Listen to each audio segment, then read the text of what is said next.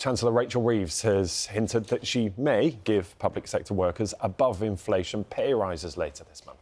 Independent peer review bodies are understood to be recommending an increase of 5.5% for some NHS workers and teachers, with inflation currently standing at 2%. Let's talk now to Pepe, who's the General Secretary of the Association for School and College Leaders. Good morning to you. So this isn't confirmed yet, is it? But it looks like it might be good news for your members. What difference would that pay rise make? A massive difference, Ben. There are a number of teachers that will be setting off for the summer breaks over the next 6 weeks, really worried about what next year looks like. And on top of that, there are head teachers up and down the country in schools and colleges that are wondering what their budgets might need to look like from September. And so this news will be incredibly reassuring, and we hope we get confirmation of it as soon as possible. Yeah, so I mean, the Treasurer had initially been looking at a pay rise of maybe 2.5–3%. If these reports are to be believed, it could be sort of 5.5%. The number being put on that is about £3 billion. Where do you think that money will come from? It was interesting to hear the interview yesterday that Rachel Reeves gave, because I think what we're all hoping for is that she takes a long and good hard look at where this money's coming from, because previously the government has asked schools to fund this themselves from their own budgets, and those budgets are incredibly stretched right now.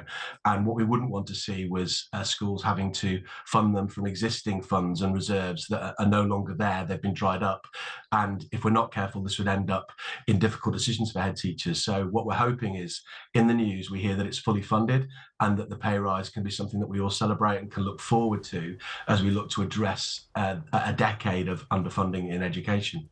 Yes, and that's the key point, and let's talk about that. So the proposal, we don't have the details yet, but you are hoping we'll say, here is a chunk of new cash. This is extra money, rather than saying, look, Department for Education, you've got to use your existing budget to pay for these pay rises.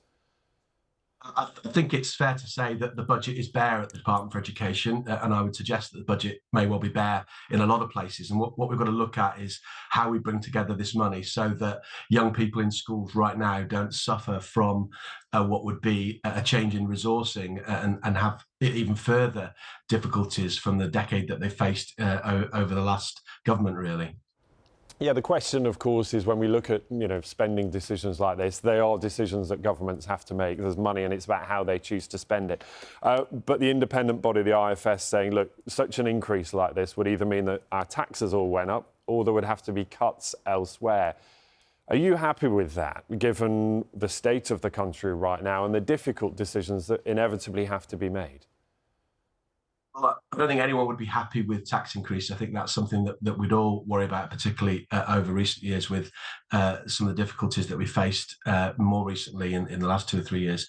But what we would say is that we want the government and we want the Treasury to look at where best to get this money from, because it's not available in schools. And we think that there needs to be a good hard look at where we're funding all our public services right now, who are all in severe situations. And I think it's important for the investment in young people and in schools and colleges that we make sure we commit the funds to young people for the future. So we have to wait, I guess, until the end of the month to find out whether it is indeed 5.5%. So talk me through a couple of scenarios. One is that there is no increase at all, or one that the government actually turns around and says maybe 4.5% is more affordable. What would you be happy with? We'd want the government to follow the recommendations of what is an independent body. That in the past that's generally happened.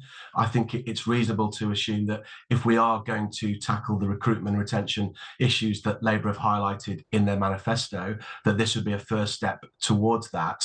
What we'd hope is that that was fully funded. I suppose another scenario is that it isn't fully funded, and that would have to come out of existing funds, and there are no existing funds. So that would mean that schools and colleges and head teachers around the country would be looking at where they could make savings, and that would end up having unintended consequences for those people in schools right now. So I'm sure that the new government doesn't want that and wouldn't want to go down that road. So it's important that Labour takes some time to make this decision. It's understandable that they've arrived, and it's clear that the last government didn't want to take a decision on this and left it in the too difficult to do tray. Yep. And what we'd ask is for a better, more positive decision sooner rather than later.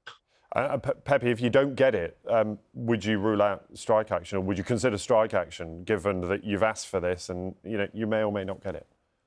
Our organisation has never been on strike, but it's one of those levers that all trade unions would have to consider, because it's important that young people have the investment that they need going forward. They get one chance in school, Ben, and it's important that we give them that best possible chance.